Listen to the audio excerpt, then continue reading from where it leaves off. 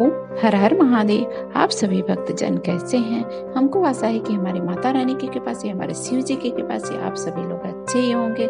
आज मैं कार्तिक मास की पौराणिक कथा कहने जा रही हूँ। इस कथा को जो श्रवण करता है उससे धन धान की कभी कमी नहीं होती और मनवांछित फल की प्राप्ति होती है। जो कार्तिक मास नहीं भी नहा रहा है उससे भी फल प्राप्ति होती है। नहा रहा है तो अति उत्तम है।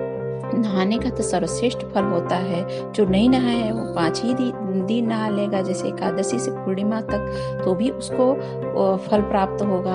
भगवान विष्णु इस समय योग निद्रा में रहते हैं। एकादशी के दिन जग जाते हैं, तभी से मांगलिक कार्य शुरू हो जाते हैं। दिवाली का पर्व भी आता है, तो कार्तिक मास बहुत ही शुभ माना गया है। इस समय विष्णु भगवान का पूजन और तुलसी जी का पूजन जब किया जाता है तो बहुत ही फलदायक होता है। तो आइए हम लोग कथा की ओर चलते हैं। इससे पहले आपसे अनुरोध है कि यदि आप हमारे चैनल पर नए हैं तो कृपया करके लाइक करिए, सब्सक्राइब करिए, शेयर करिए और बेल आइकन को जरूर प्रेस कर दिया करिए, जिससे कि सारी नोटिफिकेशन आपके पास जाती रहे। कौन सी कथा आ रही है उस कथा का आप लाभ उठा सके। तो कथा क्या है आइए हम जानते हैं। एक नगर में एक ब्राह्मण दंपति रहते थे।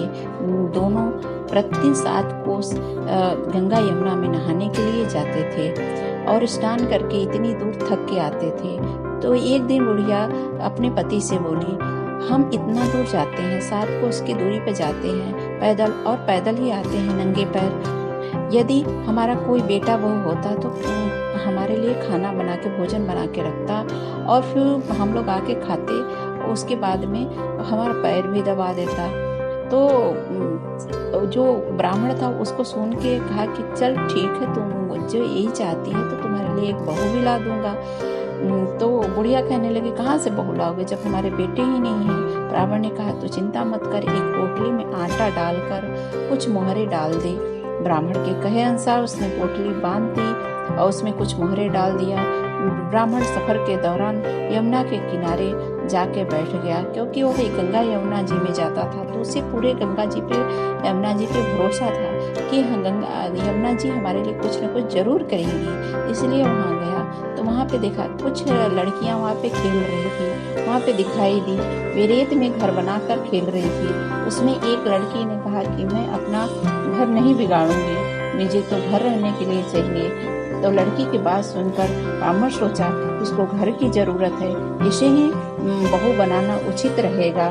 जब वह लड़की जाने लगी तो ब्राह्मण भी उसके पीछे पीछे चल दिया, उसके घर चला गया। वहां जाकर के देखा ब्राह्मण ने तो उसके लिए भोजन पका रही थी। तो लड़की ने कहा, आप मेरे साथ आए हैं तो आप भी भोजन कर लीजिए। तब इस ब्राह्मण ने कहा, नहीं, मैं किसी के यहाँ का रोटी नहीं खाता, मैं अपने साथ आटा लेकर आया हूँ, जो वही आटे का जो रोटी बनाएगा वही मैं भोजन करूँगा, मैं किसी के घर का नहीं खाता। तो उसकी माँ ने कहा कि ठीक है, मांग ला। तो उसने, लड़की ने कहा कि दे दीजिए, अच्छा मेरी माँ कह रही है कि दे दीजिए आटा। तो उसने, जो ब्राह्मण देवता थे, वो पोटली अपना दे दिए उस माँ को।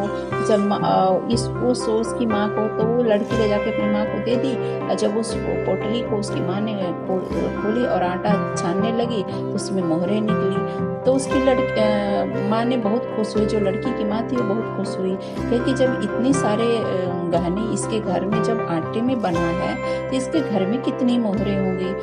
उस लड़की की माँ को लालच आ गई। उसने ब्राह्मण से पूछा कि आपके कोई लड़का है, मैं अपनी लड़की की सगाई कर दूं। यह सुनकर ब्राह्मण खुशी हो गया और सोचने लगा कि लगता है कि यमुना जी और गंगा जी में मन की बातें सुन ली। उसने कहा, हाँ मेरा बेटा है, काशी पढ़ने गया है।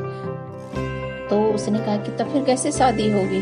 तो उसने कहा कि कोई बात नहीं, यह खाड़ कटोरा और ऐसे गंगा जी को साक्षी मांग के शादी कर लो। तो उसने लड़की को ऐसे ही किया, ब्राह्मण देवता के कहे अनुसार खाड़ कटोरे से, और ब्राह्मण गंगा जी को साक्षी मान के शादी हो गया उस लड़की का। और ब्राह्मण अपने साथ लेके आया अपनी बहू को चिल्लाने लगा, रामू की माँ देख तेरे लिए बहू लाया हूँ। ब्राह्मण की पत्नी भीतर से आई और बोली कि सभी लोग तो हमारा हंसी मजाक उड़ाते ही थे, आप भी उड़ाने लगे। हमारे तो दुनिया ताने देती है कि बेटे नहीं हैं, बच्चे नहीं हैं, बाल बच्चे नहीं हैं, तो बाझन है, अब आप भी कहने लगे क्या? ब्राह्मण ने कहा नहीं, तो दरवाजा तो खोल। जब ब्राह्मण ने दरवाजा खोला तो सामने बहू देखकर बहुत खुश है, उसने बहू का स्वागत किया, आदर सत्कार से अंदर ले गई। अब वह ब्राह्मण अपनी पत्नी के साथ गंगा नदी के जब नहाने जाता 7 कोस दूरी, और जब लौट कर आता तो उसके लिए भोजन पका हुआ मिलता, उसके कपड़े हुए धुलते, वो धो देती थी बहू, फिर हाथ पैर भी दबाती थी। यह इस तरह से जीवन व्यतीत हो रहा था। ब्राह्मणी ने अपनी बहू से कहा एक दिन कि बहू कि चूल्हे की आग कभी बुझने न पाए, क्योंकि मटके की पानी और चूल्हे की आग कभी नहीं बुझना चाहिए। परंतु एक दिन चूल्हे की आग बुझ गई। यह देखकर बहू बहुत घबराई और भागी भागी पड़ोसन के पास गई, कही कि मेरे चूल्हे की आग बुझ गई, थोड़ी सी आग दे दो मेरे लिए, और सुबह 5 बज चुके हैं, मेरी सास नहा के गंगा जी से यमुना जी से आ रही होगी, और वो भोजन कहाँ से पाएंगी, वो तो बावली हो जाएंगी। तो उसकी पड़ोसन ने कहा कि तू बावली हो गई है, तो पागल हो गई है, तुम्हारे कहाँ पति है, उसके तो बच्चे भी नहीं हैं, वो झूठ बोल रही है उसका। तो वो कही नहीं ऐसा मत बोलो हमारे सास को, हमारे पतिदेव काशी पढ़ने के लिए गए हैं। तो कहा कि ये सब झूठ है, तू समझती नहीं, ये बुढ़े तुम्हें झूठ बना रहे हैं। तो कहा तो फिर मैं क्या करूं? तो पड़ोसन ने कहा कि तू ऐसा कर कि अपने सास ससुर से को जली हुई रोटी बना दे, और दाल का जो कलछुल था उसको नमक वाले में डाल दे, खीर वाले में, या खीर वाला कलछी जो होती है उसे दाल वाले में डाल दे, और खाना पीना ऐसे ही जली थली बना के रख देना, सास आएगी तो पैर मत दबाना, कपड़े मत धोना, ऐसा ही सिखा दिया। उसने ऐसा ही आके किया, उनका सत्कार नहीं किया, कपड़े नहीं धोए, उनके सास ससुर को जली हुई रोटियां दे दी, दाल का खीर में डाल दिया, खीर का दाल में डाल दिया। सास ससुर पूछने लगे कि ऐसे क्यों कर रही है बहू? तब सास ससुर की खरी खोटी सुनाने लगे और कहे कि आगे क्या है। पड़ोसन ने कहा कि तुम सातों कोठरी की चाबी मांग लेना, जैसा कहा था। उसने कहा कि मुझे सास, जब उसने दूसरे दिन नहाने जाने लगी तो उसने कहा कि आप तो जा रही हो, सातों घर की कोठरी की हमें चाबी दे दो। बूढ़ी घबरा गई कि क्या करेगी बहू, न पता आजकल क्या कर रही है मेरे साथ, इसको क्या कुछ पता चल गया है क्या। तो उसने सोचा कि चलो दे ही देते हैं, इसकी मर्जी है तो इतना कुछ करती है हमारे लिए, क्योंकि हमारा बेटा न रहते हुए भी इतना सारा कुछ कर लिए, तो चाबी दे देती हूँ। तो सास ससुर ने उसको चाबी दे दिया। सास ससुर के जाने के बाद बहू ने जब दरवाजा खोला तो देखा एक घर में अन्न भरा है, एक घर में धन भरा है, एक रूम में बर्तन भरा है। उसके बाद 7वां कोठरी जब खोला तो देखा उसमें शिव पार्वती जी हैं, गणेश जी हैं, लक्ष्मी जी माता जी हैं, पीपल पथवारी, कार्तिक के ठाकुर जी, राई दामोदर, तुलसी जी, पेड़वा वहाँ पे रखा हुआ है। और उसके बाद में गंगा यमुना और 33 कोटि देवी देवता विराजमान हैं। वहीं पर एक लड़का चंदन की चौकी पर बैठा हुआ माला फेर रहा है। यह देखकर उसने लड़के से पूछा कि तू कौन है। तो लड़का बोला कि मैं तेरा पति हूँ, अभी दरवाजा बंद कर दे, जब मेरे माता पिता आएंगे तब तुम दरवाजा खोलना। यह देखकर बहू बहुत खुश हुई, 16 श्रृंगार करके सुंदर वस्त्र पहन के अपने सास ससुर का इंतजार करने लगी। उनके लिए अच्छे से पकवान बनाया। जब उसके सास ससुर घर में आए तो उसने कहा, वो तो उनके आदर सत्कार के साथ उनका सत्कार किया, उनका पैर दबाया, प्रेम पूर्वक भोजन खिलाया, हाथ पैर दबाया। बहू तो सास जो थी बहू को देखकर बहुत खुश हुई, सोची आज क्या हो गया ऐसा कि हमारे बहू ने हमारे लिए इतना कुछ कर रही है। इतनी दूर गंगा यमुना के थकने के बाद बहू ने कहा कि आई हो, इतना दूर क्यों जाती है गंगा यमुना नदी, तो तुम्हारे घर में ही है, तुम नहा लो। कहा कि बेटा कैसे गंगा यमुना नदी हमारे घर में आ जाएंगी। कहे कि चलो मैं आपको दिखाती हूँ कि गंगा यमुना नदी कैसे नहीं आती हैं।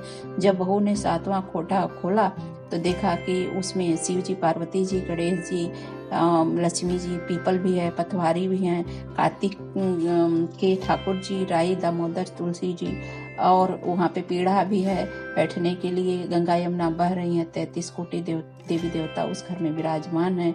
वहाँ पे एक चौकी लगी हुई है चंदन की, जिसपे उनका लड़का बैठ के माला फेर रहा है। लड़का बोला, माँ मैं तेरा बेटा हूँ।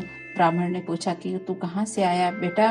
लड़के ने जवाब दिया कि मुझे कार्तिक के स्नान से भगवान ने भेजा है, विष्णु भगवान ने भेजा है। माँ ने कहा, बेटा यह संसार है, कैसे मानेगा तू मेरा बेटा है? माँ ने कहा, तो बेटे ने कहा कि कुछ विद्वानों को बुला के उनसे मदद मांगो।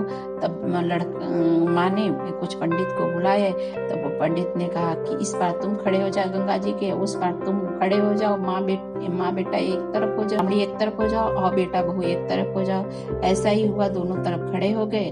फिर माँ को कहा कि तुम कुछ चमड़े का एक अंगिया पहन लो, और जब तुम्हारे दूध से धार गिरेगा और बेटे के मुंह में लग जाएगा, बहू का गठबंधन हो जाएगा, तो तुम मान लेना कि यह मेरा बेटा है, और ऐसा ही होगा। तो ये जो ब्राह्मणी थी वो अंगिया पहन ली, चमड़े की कुछ कपड़े होता था, अंगिया उसी को बोलते थे, तो उसको पहन लिया। और फिर उसके बाद में उसकी छाती से दूध बहने लगा, और वो जो लड़का बैठा था उसके दाढ़ी मूंछ में सब भीग गई, ऐसे खूब मुंह तक चला गया, इतना तो उसके दूध गिरा कि उसके मुंह तक चला गया। फिर वो जो बहू बेटे थे उसका गठबंधन हो गया। ये देखकर ब्राह्मण ब्राह्मणी का कोई ठिकाना नहीं रहा। पति पत्नी खुश हो गए। कार्तिक देवता की मास यही कथा है, एक पौराणिक कथा है। और जो लोग कार्तिक मास में नहाते हैं, जो लोग पूजा पाठ करते हैं, गंगा जी की पूजा करते हैं, गंगा जी में स्नान करते हैं, यदि 5 दिन भी नहाते हैं तो उनको जो मांगेंगे वैसा ही फल प्राप्त होता है। कुछ ही दिनों के बाद प्राप्त होता है। ये दिखाई नहीं देता है लेकिन होता है। तो यह आपको कथा जान के कैसी लगी? यदि आपको अच्छी लगी हो तो आप कृपया करके लाइक करिए, सब्सक्राइब करिए और शेयर करिए। हर हर महादेव। जय तुलसी माता, जय विष्णु भगवान।